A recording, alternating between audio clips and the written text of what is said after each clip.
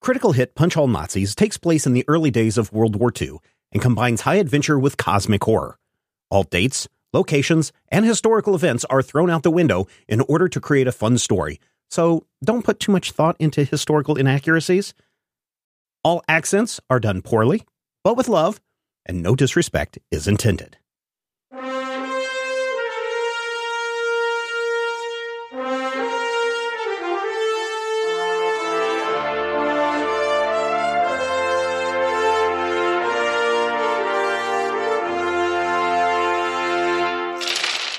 Last time on Critical Hit. Travel tips. Tip number 1, stay on the path. Tip 2, respect the locals. Tip number 3, keep an open mind. You have arrived in Barlow, Kentucky, a very small, poor town on the very edge of the Appalachian Mountains. And it is snowing, and you are in the middle of the road. There's a general store, a mercantile, a post office, Let's bank, restaurant. Let's take it into the gas station and see if we can get directions there. You pull into the gas.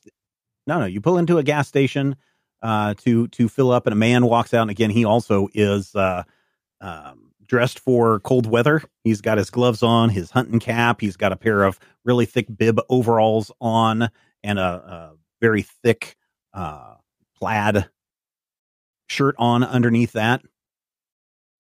He knocks on your window. Yep, roll it down, unless he's probably on the driver's side. Yeah, roll it down. Oh, howdy, boys! I haven't seen a car like this fancy in a long time. What brings you here to Barlow? Here to visit the family of a friend of ours. Oh, yeah? What friend is that? Theodore Whitmore. Oh, Whitmores. Yeah, they're good people. Good people. Shame, though, about their boy. And he's patting himself, trying to keep warm. Mm-hmm. Could you tell us what direction we need to head to get to them? Oh, boy. He kind of scratches his head and he's kind of looking up into the sky. Well, you need to take this road right down here, and he's pointing down in the direction. And you need to go that way. And you're looking for Black's Holler. If you get to Boggs Holler, you've gone too far. That's another podcast. But you're looking for Black's Holler. And then you're going to want to turn up and go up that road now. It's a narrow road up in them mountains. Whitmores are way back up in there. And he kind of looks up at the air and gives it a little sniff. I think there's a storm a-coming. So if you're going to get out there, it's going to take you most of the rest of the day. They expecting you?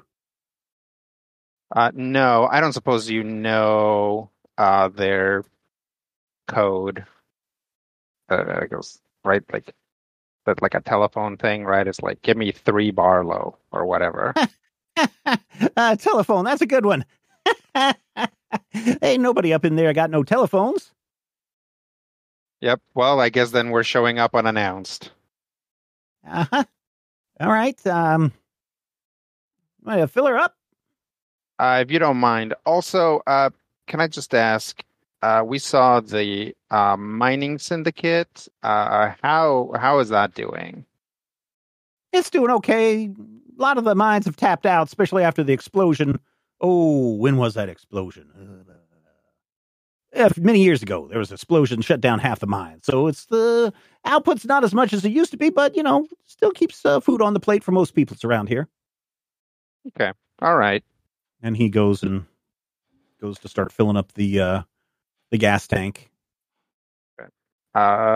Dutch will pull out $1 and be like, It's not all technically dried up, but that's probably close enough.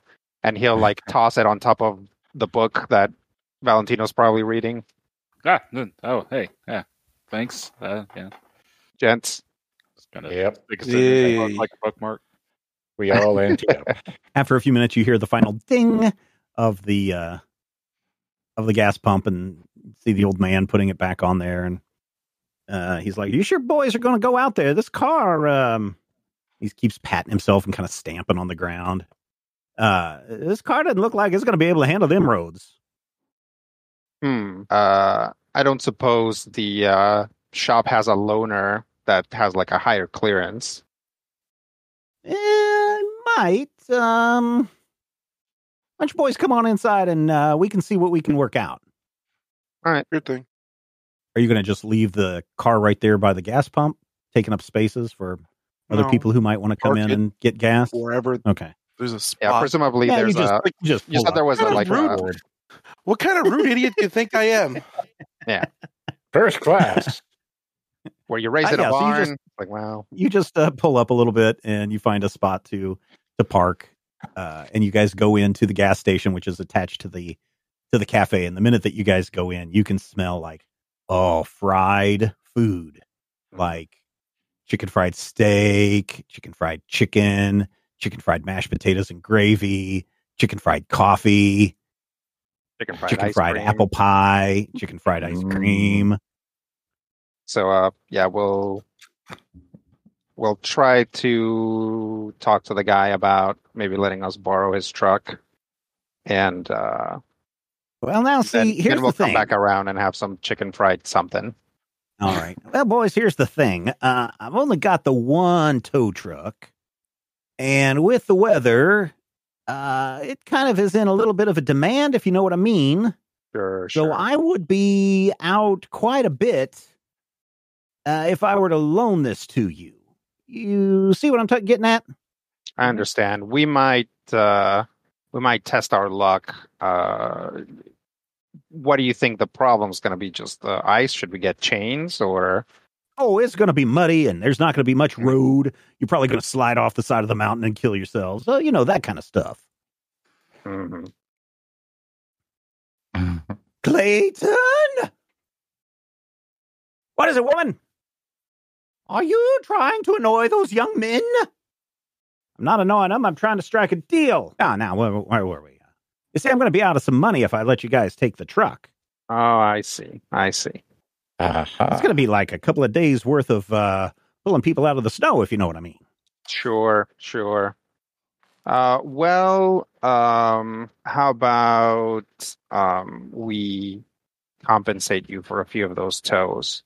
Say. So he kind of looks at you like he doesn't understand the word compensation. Oh, right.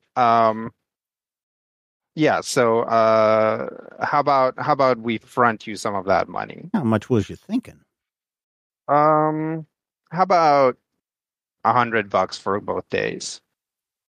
Why don't you roll a persuasion plus reason D2? And have I talked to him long enough to? Oh yeah. Have my subtle cues. Okay. Yep. Then I will pick up a free momentum die. Okay. Ooh, only one success. One success, but I have a charm focus and I have a 3 in persuasion. So this might be 2 successes. Nice. All right. So 2 successes then. Very good. Your subtle cues are almost not needed because at the mere mention of $100, his eyes go really big. And if this were a cartoon, you'd see like dollar signs rolling up in his eyeballs.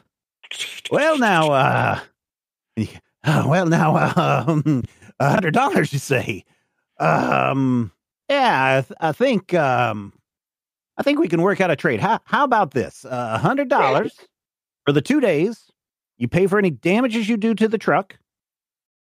And because my missus and me needs a way to get around, we take your car in exchange for the same time period. Just to drive around town, mind you, not to pull people out of ditches or anything like that. Sure. Is that a sure as in yes? Yes. Oh, okay. He kind of licks his lips. He's like, all right, let's $100 then. I'll pull out $100. Now, from your safe, do you remember, Dutch? Were these all in like $100 bills or these $1 bills? No, these are mash of. It's probably a mix at this point because we've been spending money. Okay. So it's probably like what, like a 50? It's like a 50, 2 20s, and a 10, right? Okay. As you lay out the 50, you just see him licking his lips a little bit more. And even though it is warm in this gas station, you see like a bead of sweat rolling down his forehead from under his hat. Like, oh my gosh, I've just hit the jackpot kind of thing. And he's got his hands holding out and his hands are kind of shaking as you're putting the money in. And he's still trying to be you can tell he's trying to be very cool about all this without letting on that this is probably the most money he will make in the next 6 months. Yeah. And after you hand out all the money, he kind of picks them up. And goes, hold on just one moment, boy. And he kind of snaps the money and he's holding it up to the light. And he goes, there's a bunch of revenues around these parts, looking into some counterfeiting and bootlegging. And he's this money looks all right then. He kind of folds it up and puts it into his pocket. And he's like, I think we got a deal. And he reaches out his hands to shake with you. Yep. I'll shake his hand. Okay. What do you say?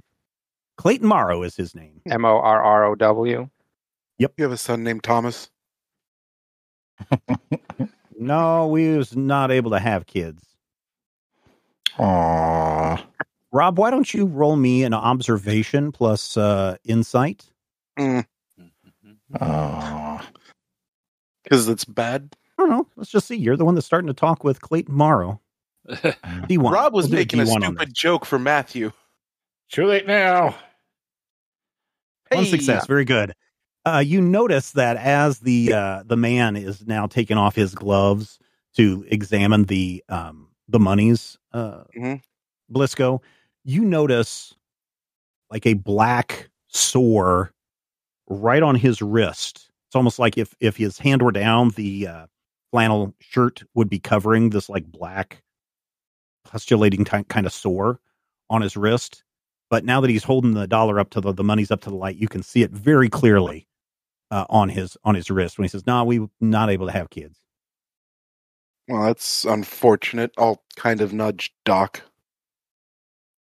That is shame. Well, now, and after he's done shaking your hands and everything, Dutch, he's like reaches into his pocket and he pulls out a pair of keys. There's 2 keys on there. Obviously, he's doesn't believe in putting the spare key somewhere else. Of course. It's all on the same chain, and he just kind of slides it over to you. You take care of Betty now. Yep. You got a good driver because them roads get narrow and them roads can get scary. Yeah, if you don't mind, we're going to have our driver take a quick look at it. And Blisco will order you something. What do you want? Biscuits and gravy? Yeah, that sounds good. Cora, them boys going to stay for some food. All right, Clayton, I'll start working. Have them take a seat anywhere they like. And there's like 4 tables that you could go sit at. There's like 1 or 2 other people that are sitting there. One of them at the mention of $100, you can tell he's kind of checking you guys out, and he keeps looking out the window at the car and looking back at you guys. Well, when I inevitably catch him looking at us, we'll just give him a polite nod. Yeah, he kind of quickly looks back down at whatever he's doing. I think he's got a copy of the newspaper, the what is it called? The Barlow Beacon that he's reading. All right, well, and he kind of holds out his hands because he wants keys to your car. Blisco has those. Yeah. Hand them over. All right. Yeah. He kind of smiles, puts them in his pocket. All right, boys, 2 days. You're late. Another $100, right? Sure.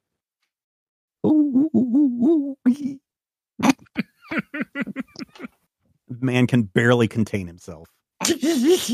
That's funny. That's funny. I don't want to note the exact time. I think we're going to have to negotiate that no matter what. Let's say that today is January 20th. It took you that long to get down here. Almost a week to get down here. So it's January 20th. He expects the car to be back at end of the day, 3:00 time by the time the sun goes down. 3:00 on the 22nd. All right. Did you want to go check out the truck? Let's go. Yeah, absolutely. All right. So you go out in the old man, Clayton Morrow, leads you out into the repair shop area, the garage repair shop. And sure enough, there is a pretty old truck. This is definitely a 1920s truck. It is rusty. It is beat up. It's got a big, hook on the back for pulling people out of trouble or towing cars that need trouble. But this is one of those trucks that is a workman's truck. So it's actually got a double seatings in it. So there's a front seat and a back seat to this. Nice. So there's more than enough room for everybody and all of your stuff to fit in there. When you fire it up, it does backfire a couple of times, and there's a lot of black smoke that comes out. But after about a minute, the black smoke kind of levels off, and the the lead fumes coming from the gas don't quite knock you out, but it's pretty close. You probably should make sure that you are operating this vehicle in a well ventilated area. Yeah. But it looks like it's going to get you where it's going. It's got big, thick tires on it. It's a stick shift, obviously, so you can drive that. And on the side of it, it's got Morrow Towing. Oh, Morrow. I'm just sitting here and just imagining a rocker up on top. Well, this should get us there. Oh yeah. You go back in, and sure enough, one of the people that were sitting at their table has gotten up and left. Those of you who were sitting around, you heard him say, thank you, Cora. Great meal as always. I'll see you tomorrow's. Harlan. And Harlan puts on his hat and his coat, and he is walking out the door as you are walking in. So what's everybody going to eat? Well, Dutch will order some biscuits and gravy for Blisco. Okay. And Biscuits probably, and gravy, yeah. probably the chicken fried steak for Ooh. Dutch, and up front, without thinking about her, waiting a slice of pie. Oh yeah. What about you, Valentino? Unless your head's too buried in that book. Food. Yeah, that's probably a good idea. Where are we? So this is getting close to your territory, Valentino. So I'm sure they have all of the southern foods that you would be interested in. It's a little late in the day for some grits. I don't know, it's kind of. Oh, and she looks at you and kind of laughs. Oh, it's never too late for grits. Actually, chicken fried steak sounded real good. I'll have one of them. All right, and for you, and she kind of takes a startled step back when she takes a look at you, Doc. Ask if she has any goetta. And she kind of just stops and she kind of looks blankly at you, and then she kind of looks at Dutch and then at Blisco like she doesn't understand what language this guy is speaking. Give her a shrug. Can I have a fried chicken with some chicken fried beans? Oh yeah. Would you like some chicken fried okras? Oh, that does sound good. What kind of pie did you say you had? We got chicken fried apple pie, chicken fried peach pie, chicken fried pumpkin pie, chicken fried pecan pie, and chicken fried pie. Oh, definitely pecan. I may need 2 slices of pecan, if that's all right. Ooh, okay. Anything to drink? Dutch will quickly and desperately run through his mental catalog of if he says is this a sweet tea area or a regular tea area? I'm probably going to go with a sweet tea area. This is definitely a sweet tea area. Okay. And I hate it. Yeah, then Dutch will definitely say, how about a pitcher of sweet tea for the table? And she just kind of looks at you and just says, I think you just mean tea. Of course. And she wanders off, and in a little bit, she brings back the food. The door opens, and in walks a tall man, and he's got a scarf wrapped around his face, and he's got some earmuffs on his ear. And as he takes off his jacket and his scarf, you see that this man is wearing a black shirt with a white collar around his neck. Good day, Cora. Good day, Clayton. Preacher to good. Nice to see you. Preacher to good. Nice to see you. It's a cold one today. Colder than I've ever seen. Oh, yeah, that's for sure. That's for sure. And he sits down and she comes over and pours him some coffee and she sets out a sandwich of something, a chicken fried sandwich of some kind. And it's like a regular for him. Billy Ray coming anytime soon? Oh, I got him cleaning out the church again. That boy caused me all sorts of trouble. Yeah, boys will be that way, says Clayton. Again, the man who doesn't have any kids. As you guys look at Preacher to Good, it's D''Goode for those of you that care. You notice right behind his right ear, right on the edge of his jawline, you also notice a black splotch. Do we all notice it? Everybody can roll me an observation plus insight. D1. Blisco. Yes, you get a success, but the preacher notices you staring at him. Well, good day, son. How's the good Lord Brian. treating you today? All right, sir. Uh-huh. Is there something I can help you with? You need some comfort in this cold weather. Just a kind word will be enough, sir. Well, may the blessings of the Lord be upon you in your travels. You're not from around here, I notice. What brings you here? Condolences for our friend's family, mostly. Oh, yeah? What family is that? I've been given many blessings lately.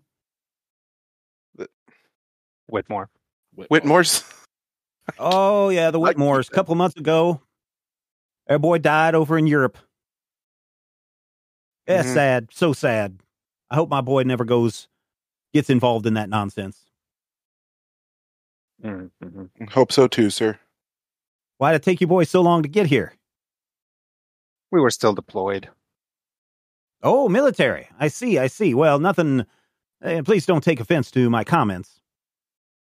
I just, man's only got his son to carry on his legacy, and Billy Ray is my only son. No, we understand. Yeah. And he's biting into his sandwich. Cora, mighty fine sandwich today, Cora.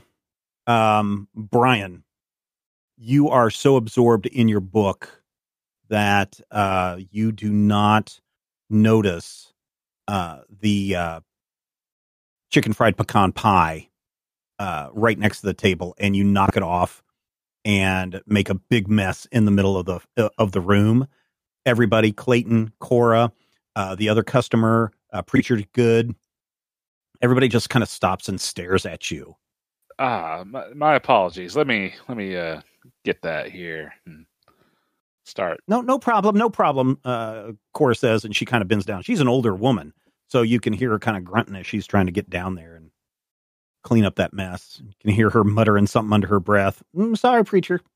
That's all right, Cora. So there's all sorts of knickknacks and things in here in addition to the food that you guys have. There's gum, there's candy, there's, the beef jerky, there's newspapers, magazines, those kinds of things.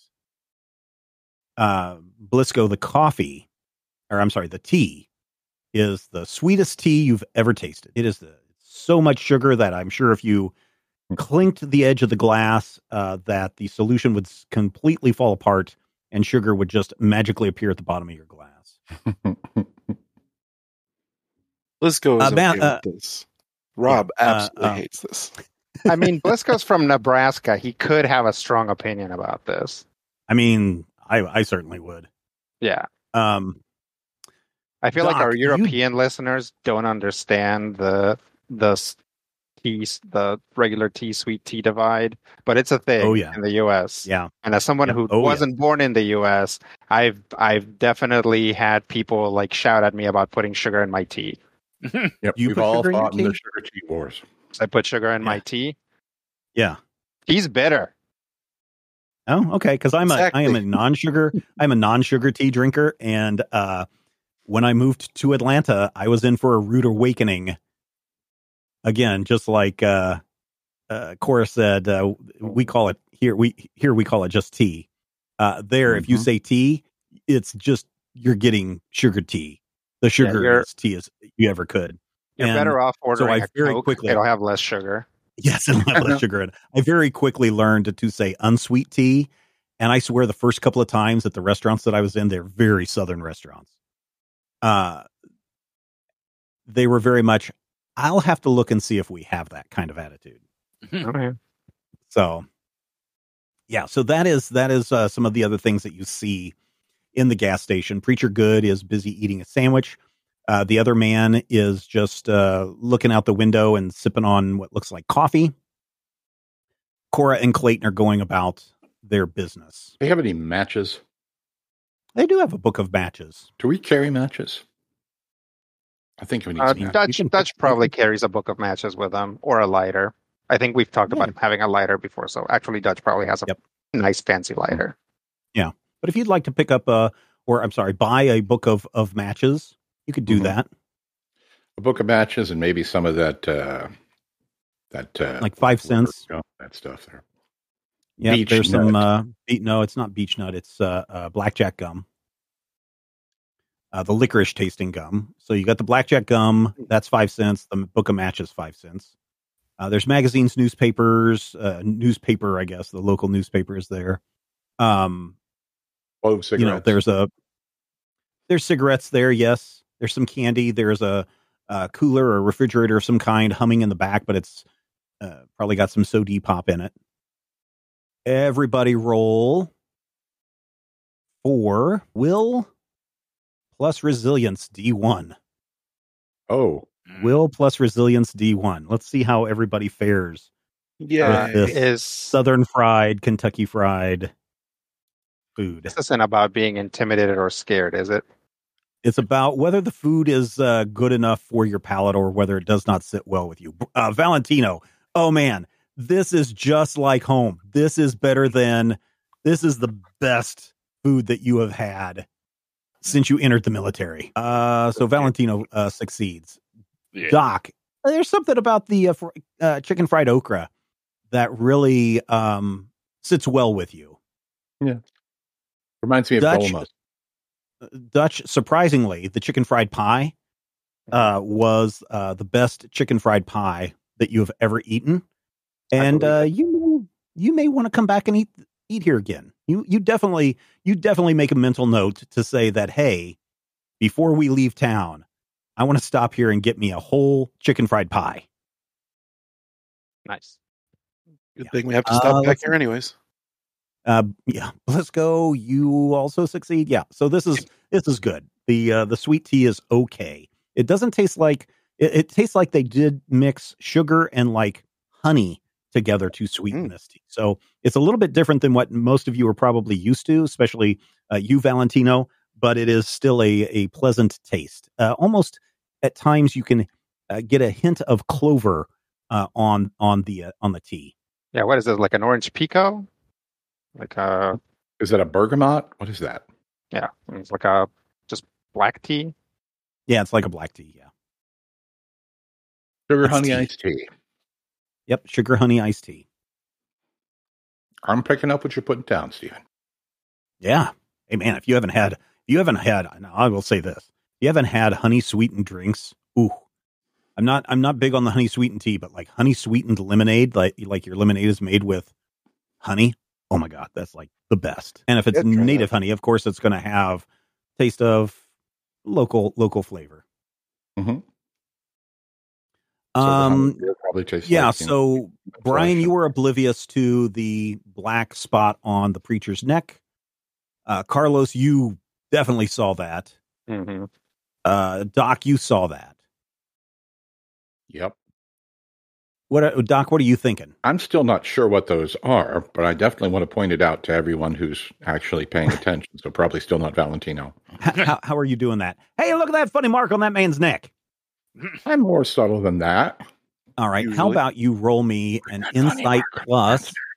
I think the only thing that we have that's close to like a history or memory check would be what? Insight plus academics? For like history? Yeah, it would Yeah, be. yeah. Like that's literally one of the focuses for Yeah, academia's so history. yeah. So this would Okay. be recent history. So roll me an insight plus an academia. I can do that. You know, I am an academic. Ooh, okay. How about this? You can either roll an insight plus an academia, or you can roll an insight plus medicine check. Depending on which one you use, may result in different answers. Insight plus medicine is so good. Oh, you know what? I'm going to try it because it's clearly Insight not plus a medicine? trap.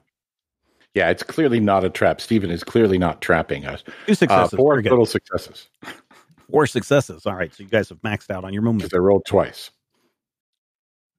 Well, only roll once, but aren't you? Oh, well, that would only be 3 successes then because the 2 would give me the thing on my. Yeah, you're still at max momentum. Okay. So you just leaving Arkham with your thoughts on medicine and failed medicine and all of those kinds of things, and rolling into town and seeing that this is a mining town, your medical sense of mind instantly thinks that, oh, this is some kind of like black sickness or something that comes from working in the mines. Like you would expect people to be coated in mine, the coal dust and everything might be coating a lot of their hands and faces and stuff. And maybe this is just something that's got on the preacher's neck. Or maybe it is something like a black lung that you remember reading about, that people exposed to coal mines will eventually succumb to a black lung disease. And so just from what you're observing, that is where you're going to, is that, oh, this is definitely something related to the mining of this town, because that's what a doctor would instantly suspect. But still in the back of your mind, something's nagging at you about this. Mm-hmm. Do they seem to be like interacting with it? Do they like scratch that area or anything like that? No, you don't really see them scratching that. Rodrigo, why don't you roll me an insight plus academia? It was a trap. 3 successes. All right. You guys are still maxed out on momentum. You can't go any higher. This looks exactly like the stuff you saw in Belgium. Yeah, I figured. Yeah, Dutch will bring it up once we're done eating and heading out to the car. Yeah, there's the man that was been sitting there drinking his coffee and reading his newspaper. Now you see Rodrigo that, yeah, he has one that kind of looks like a cold sore, but it's also like this black splotchy thing in the corner of his mouth. And he just kind of folds up his paper and sets it down. And he's like, "Thank you for the fine food, Cora. That was so good. So good." And she's like, "Now, Emmett, when you go outside, you be careful. It has been so cold lately. I would hate for you to slip and fall and freeze to death out in this cold, especially when you're one of our finest customers." "Oh, you don't have to worry about that, Cora. You don't have to worry about that at all." And he kind of goes out and you see him kind of turn left. And then you hear like the jingling of the bell in the store next to the cafe. So this guy has just literally walked down the sidewalk one store to get to this small cafe. Oh, he nice. He left behind his newspaper and his cup of coffee. And Cora goes over and of course she cleans up the coffee and wipes down the table. Puts the newspaper back on the stack for the next person to buy. No, she kind of just leaves it there for the next person. All right. Well, once we're done, Dutch will leave a tip, of course. How much monies are you going to leave? How much was the meal? $3.70. $2.10. Okay. With tax, it'll be $2.12, and you can hear Cora muttering under her breath something about FDR. So Dutch will leave an extra, like round it up to 50 cents, right? Because okay, if that's what you want to do, back sure. in the day, I don't know. Yeah. So you leave a good size. You could leave a good size tip, and she seems very pleased with that when you hand it to her. "Oh, well, thank you. Please, by all means, you boys come back anytime. You need some hot coffee to go with you on the road?" Would you mind? Yeah, sure. And as she turns, you can see right above her left eyebrow a black splotch, and it kind of like tendrils out and starts to blend into her hairline. I mean, it doesn't move while you're looking at it. It's literally the splotch with tendrils kind of going off, spreading off, and kind of receding into her hair. Right. You can see more of it as she turns. Mm-hmm. Well, boys, it's getting kind of late. Are you guys? Yeah, we're heading I don't over. know, going up now or what? Because I'm not sure that you don't know these roads. Might be mighty hard for you to find where you're going. I kind of want my truck back. Yeah, well, we're heading out now. Okay, well, good luck to you. And then Thanks. as you are closing the door, you hear Cora yell out, "Remember, if you think you heard something, no, you didn't." As we're walking towards the truck, Dutch will gently but firmly take the book away from Valentino. Okay, would you guys engage in a hand-to-hand combat, please? If it's hand-to-hand combat, then he's definitely not doing that. Agility plus fighting, please, just to see if you can get it out. No, get it out of his grasp. No. Okay. If it's to the point where he holds on to it, then he'll let it go. Okay. All right. You guys notice the sores on everybody? Yeah. Yeah, this is like what we were seeing in Europe. Oh, it is. Oh, I was so distracted by how much fun it is to say pneumino ultramicroscopic silicocainoconopinosiosis.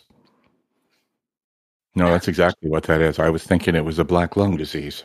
Well, what gave it away for me is that they don't seem to notice it. And in fact, it's unclear to me whether that's actually something that's really there or if we are just, progressively sliding into a perpetual state of horror. It always kind of makes me wonder if it's not some sort of visage showing us internal decaying on some sort of metaphysical level. Maybe. You got to wonder what we look like. Moldering corpses for sure. All right. Well, let's go ahead and try to get there before it gets too dark. All right, so everybody piles in to the car. The Blisco was able to get the engine up and going a few minutes before everybody came out, so it's nice and toasty in there. This smells like a grease monkey's vehicle, right? There's the odor of gasoline, grease, oil, sweat in this cab. You do see that there's a thermos on the floor that is starting to roll around. There's also a newspaper on the bench seat between Blisco and Dutch. I'm just assuming, Dutch, you're going to take shotgun again. Sure, unless somebody else wants it. Okay. I'm going to in the back seat. I'm also going to just assume that you have all taken your equipment, weapons, etc. out of your. Oh, yeah. Mm-hmm. Oh, yes. Most certainly, nothing is left for him to. What's this you don't want Clayton. You don't want Clayton to find your prototype X1 and accidentally blow up half the town. Not particularly. Okay. I mean, I think it would be hilarious. So in the back, there are some oily rags, and there is a toolbox that has wrenches and pliers and a pipe wrench and ball peen hammer kind of stuff. Some lube grease is back there as well. This is a work truck.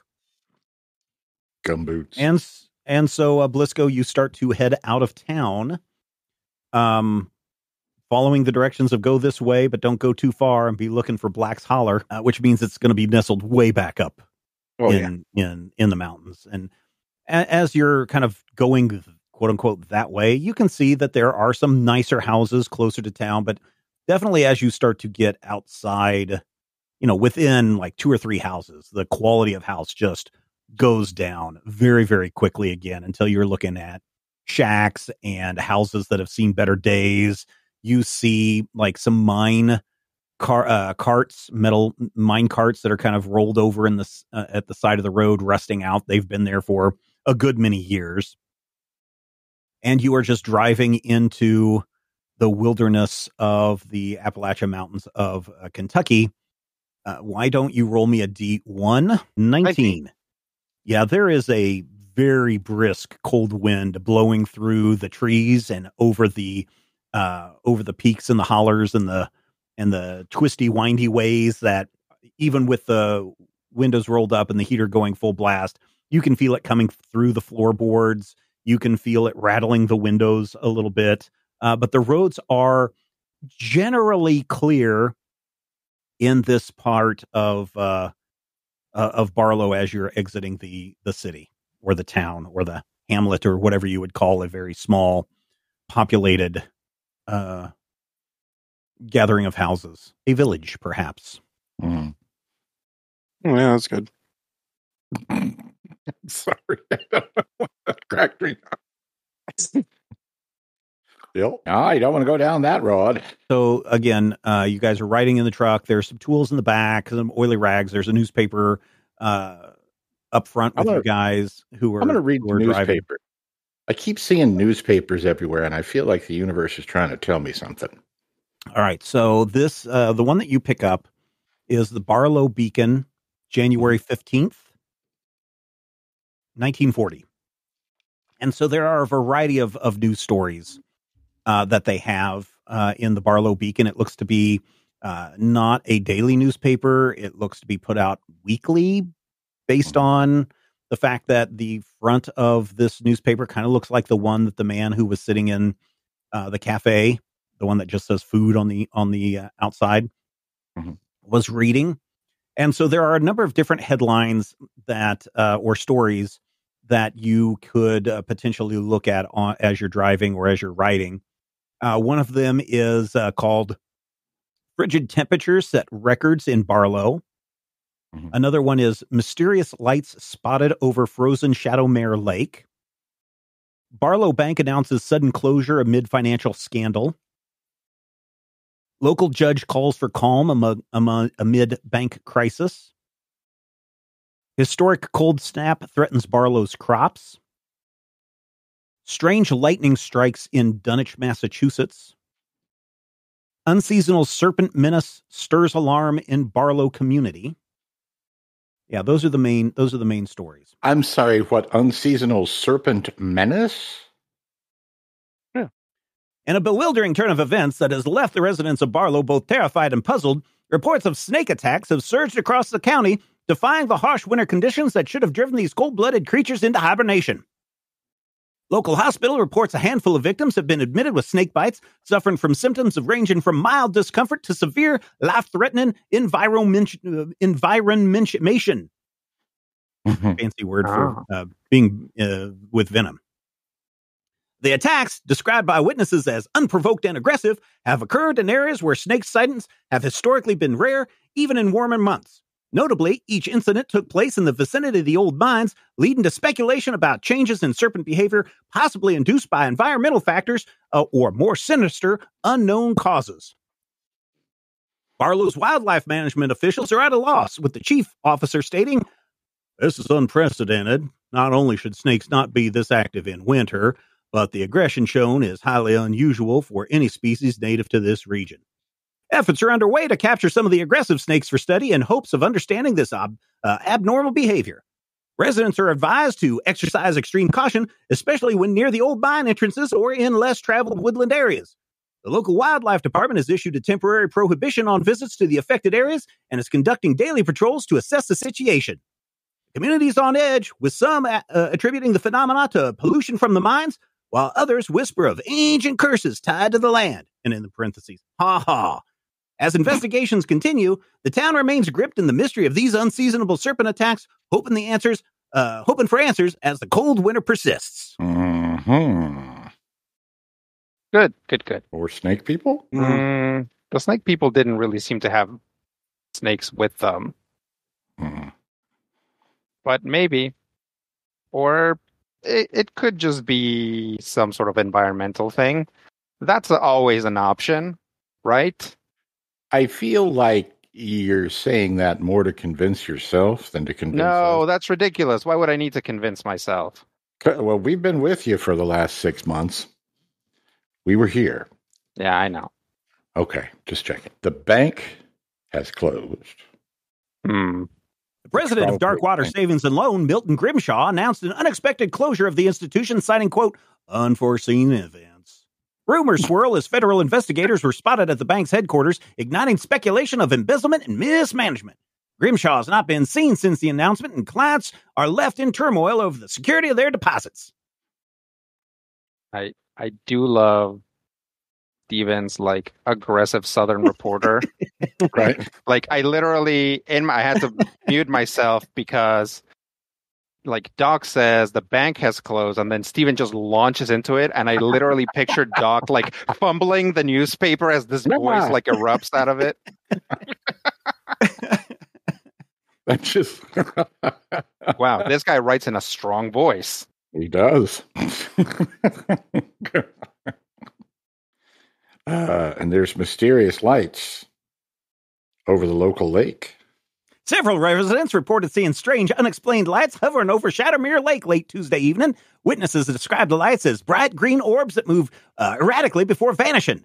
Local authorities have yet to provide an explanation for the phenomenon, leaving the town abuzz with theories ranging from military exercises to aliens from Mars. And then in parentheses, ha ha. Yeah, they'd be from Venus. Ha ha. Spelled with a W, by the way. It's more like H-A-R. Har, har. Har har. Let's see. Was there anything else that might be unusual? So the other headlines that you remember seeing: strange lightning strikes in Dunwich, frigid temperatures set records in Barlow, local judge calls for calm amid bank crises, historic cold snap threatens Barlow's crops, and that was it. Well, we might as well read them all. Okay, which one are you going to start with? Look at this one about the crops. All right. Barlow's This is on you, Stephen. I said I wrote a bunch of nonsense, so here you guys go. Well, yeah, we want it. That's right. Barlow's agriculture sector faces significant threats from the ongoing cold snap, with experts predicting potential devastation to winter crops. The unseasonably frigid temperatures could result in substantial losses for local farmers, impacting the community's economy. Efforts are underway to mitigate damage, including emergency measures to protect the most valuable crops, in parentheses, tobacco, close parentheses. Yeah. No, this is serious. This isn't some made-up thing about men from Mars. Tobacco is a big business. Also, probably bourbon too. I'm sure. What do they use for bourbon? Wheat, mash, the corn mash. Kentucky bourbon, man. If that crop went into trouble, man, Kentucky would go bankrupt. All right. What else you got? Let's see. There was another Cold snap. Cold snap. No, that was the cold snap. That was the cold snap threatens Barlow's crops. But there was one called frigid temperatures set frigid in Barlow as well. Let's check. As the mercury dips lower, Barlow residents are experiencing one of the coldest winters in recent memory. Last night, temperatures reached a record below of minus 15. Local authorities are advising everyone to limit their outdoor activities and ensure their homes are adequately heated. Community center has been converted into a temporary warming shelter for those in need. Good to know. Lightning strikes in Arkham, Massachusetts. Not in Arkham, Dunwich. Oh, Dunwich, Massachusetts. Yeah. Hey, wait a minute. This may be about us. In the middle of winter, a strange weather phenomenon took place at Centennial Hill in Dunwich, Massachusetts. Scholars from Arkham were on hand when the events took place, but have reported there's nothing worth worrying about. Madeline Langford, a student at Arkham, said the stones atop the mountain have a high concentration of iron, which combined with recent weather patterns created a series of lightning strikes. Locals were a little less sure, saying something similar happened 25 years ago, following the death of Old Man Whately and mysterious property damage in the area. Sounds like they may have found whatever that was. Oh, here's a weather forecast for tomorrow. Cold. Thank you, Ollie.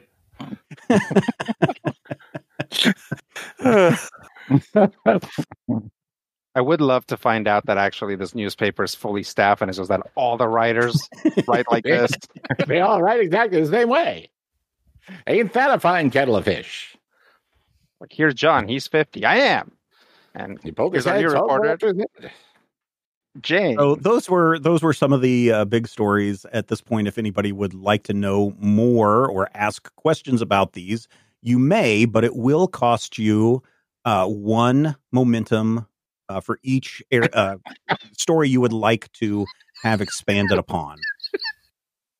So he's found a way to kill our momentum, and also, I mean, I don't, if anybody wants more, like this seems good for me. Like, I'm sure if there's more to a story, we're gonna find out the hard way. That's true. Yeah. And also, I Men want found Steven dead in Charisma's local book. truck for reading newspapers while driving on the road. Blisco, if you would, let's do one of your famous driving tests, because now that you do see little turnoffs here and there. There's one that says Charlie's Lake, Vincent Pond, White Holler, Gray Holler, and there's one that says Black Holler. You're able to see that, but as you turn off, these roads get super narrow. Like if there is a car coming the other way, somebody's going to have to be doing a lot of backing up to get to a spot where you could pull over and let the other pass. Mm-hmm. The mountains get very steep back in these areas, and so these roads are just kind of carved out of whatever path they can make. So there's lots of twists and turns. You as a group can see signs of mine 59 with an arrow pointing up one side path, and it just says closed. You see another one, mine shaft 60, and you see a skull and crossbones on it. Mm. But these paths are narrow, and the roads are very, very slippery. The pines and the oaks and all the other trees that are here just kind of hug the road very closely. But when you hit an open spot and you're able to see down, oh man, it is vertigo inducing. So let's see if you have any problems driving the road, Blisco. Let us make this one really difficult. Let us make this a D3. Ooh. Would this be considered a vehicle terrain test? Yes, it would be. Cool. That's a D2. Okay, cool. And you're off-road. Using what? Off-road, okay. Just my natural talents. Okay. D2. We're maxed on momentum, right? Yeah. I'm gonna grab a momentum anyways, because okay. Hey, 2 successes. That's not in any of your ranges, is it? Not in double digits, no. Okay, all right. I'm just making sure, because who knows with you? Oh, I guess 5 would be the max, right? Yeah. For driving. Yeah. Okay. Yeah, it is.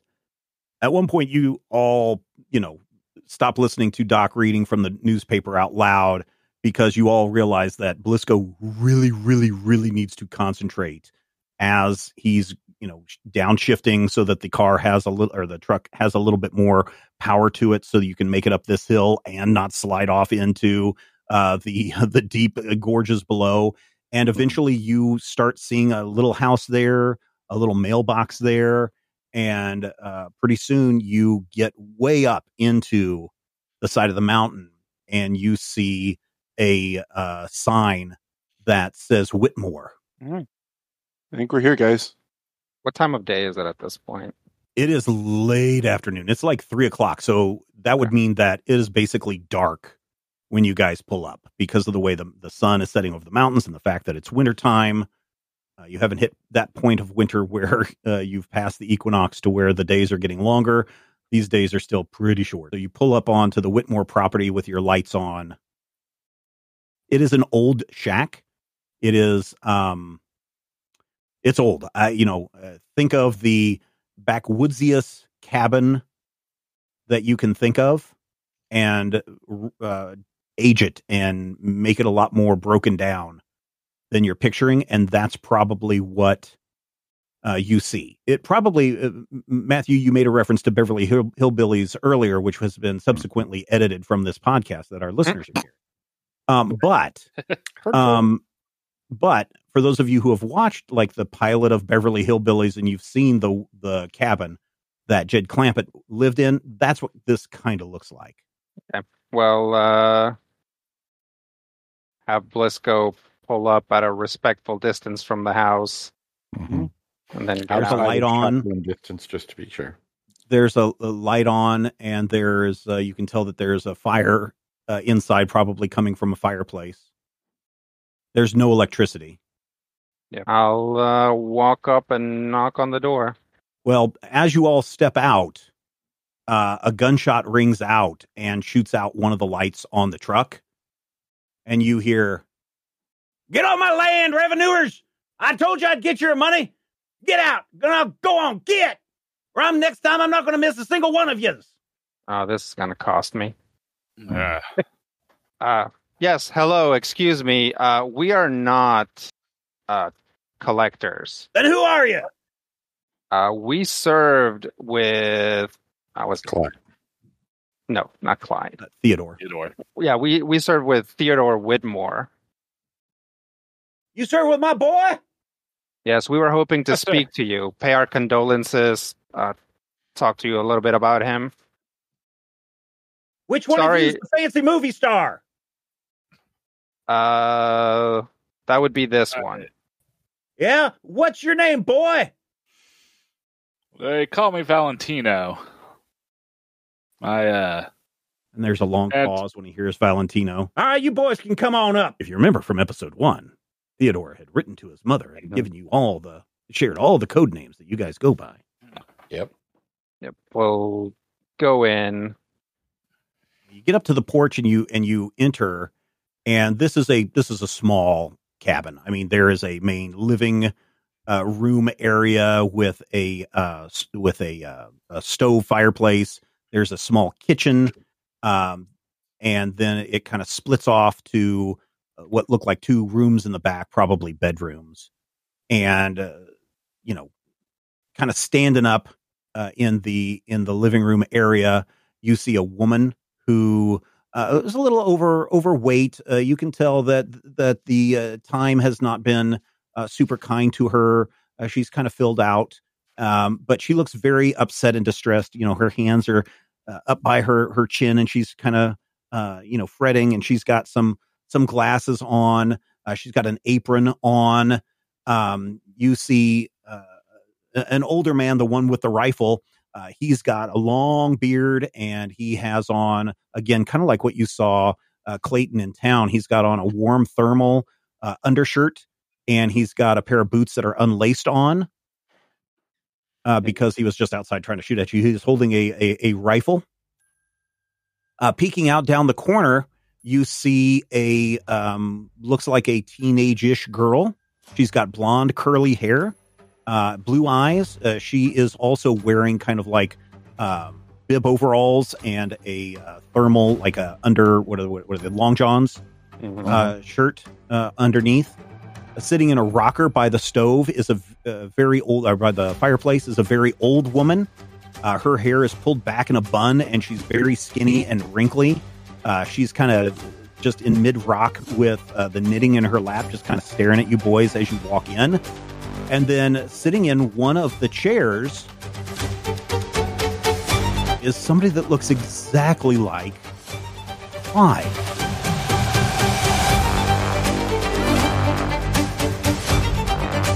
Critical Hit Punch All Nazis is a production of Major Spoilers Entertainment and was produced and edited by me, Steven Schleicher.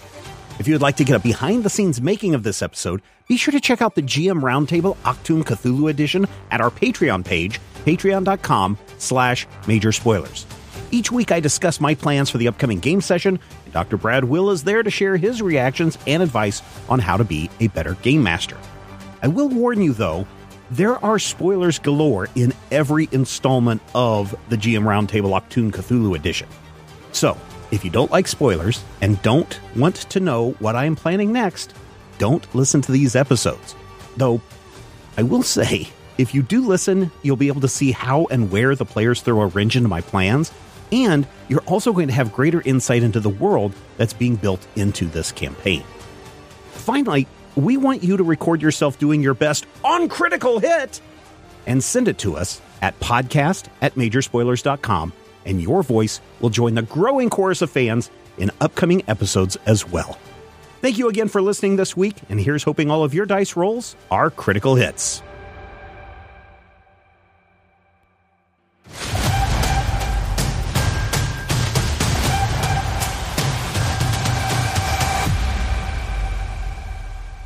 This podcast is copyright 2024 by Major Spoilers Entertainment, LLC.